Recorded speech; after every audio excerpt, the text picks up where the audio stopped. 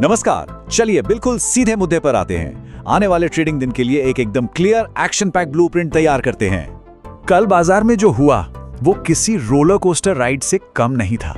पहले एक बड़ा गैप डाउन और फिर क्या जबरदस्त रिवर्सल।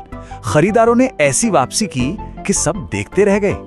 तो सबसे बड़ा सवाल यही है ना, कि इस जबरदस्त रिकवरी का कल के लिए मतलब क्या है। चलिए अगले कुछ मिनटों में इसी का जवाब ढूंढते हैं, डेटा को अच्छे से खंगालते हैं। तो हमारा रोड मैप क्या है? देखिए, हम 5 जरूरी चीजों पर बात करेंगे।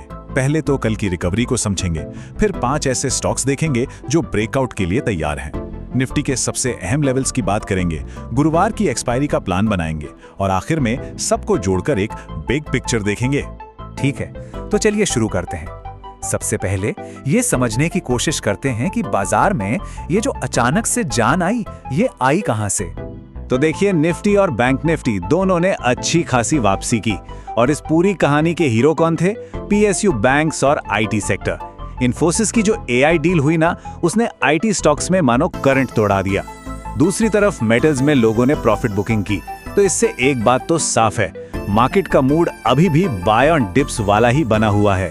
चलिए अब आते हैं सबसे मजेदार हिस्से पर। मौके कहां हैं?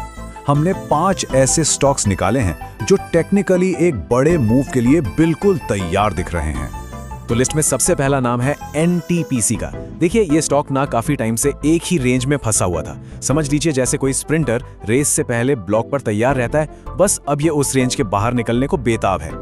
अब इसका क्यों और कैसे समझते हैं। स्टॉक ने अपनी जो नीचे जाती हुई ट्रेंड लाइन थी उसे तोड़ दिया है। इसका सीधा सा मतलब है कि सेलर्स अब कमजोर पड़ रहे हैं और बायर्स ने कमान संभाल ली है। और ये जो लेवल्स हैं, ये आपको इस ट्रेड के लिए एक साफ एंट्री, स्टॉप लॉस और टारगेट दे देते हैं। लिस्ट में दूसरा स्टॉक है पावर फाइनेंस कॉर्प यानी पीएफसी। इसके डेली चार्ट को देखें तो एक क्लासिक अप ट्रेंड पैटर्न बन रहा है।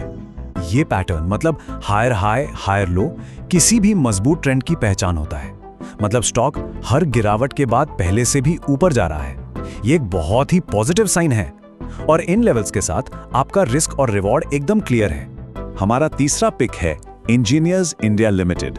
इसने एक बहुत ही जरूरी काम किया है, अपने 200 दिन के मूविंग एवरेज को पार कर लिया है और इससे ना बड़े बड़े इन्वेस्टर्स लॉन्ग टर्म ट्रेंड बदलने का एक बहुत बड़ा सिग्नल मानते हैं। और सुनिए, ये कोई ऐसा वैसा ब्रेकआउट नहीं है, ये हुआ है जबरदस्त वॉल्यूम के साथ। देखिए, जब कीमत और वॉल्यूम एक साथ ऊपर जाते हैं ना, तो ये इशारा करता है कि बड़े प्लेयर्स भी इस मूव में शामिल हैं और यही चीज इस ब्रेकआउट को और भी भरोसेमंद बनाती है। चौथा स्टॉक हमारी लिस्ट में है यूनियन बैंक ऑफ इंडिया। और ये कोई सरप्राइज नहीं होना चाहिए क्योंकि हम पहले ही बात कर चुके हैं कि पूरा का पूरा पीएसयू बैंकिंग सेक्टर इस वक्त जबरदस्त मोमेंटम में है। ये एक परफेक्ट एग्जाम्पल है, एक स्टॉक जो काफी टाइम से शांत था, एक रेंज में था और अब एक बड़े मूव के लिए तैयार है। और मजे की बात यह है कि उसे पूरे सेक्टर का भी साथ मिल रहा है। और हमारी लिस्ट का 5वां और आखिरी स्टॉक सिमंस लिमिटेड।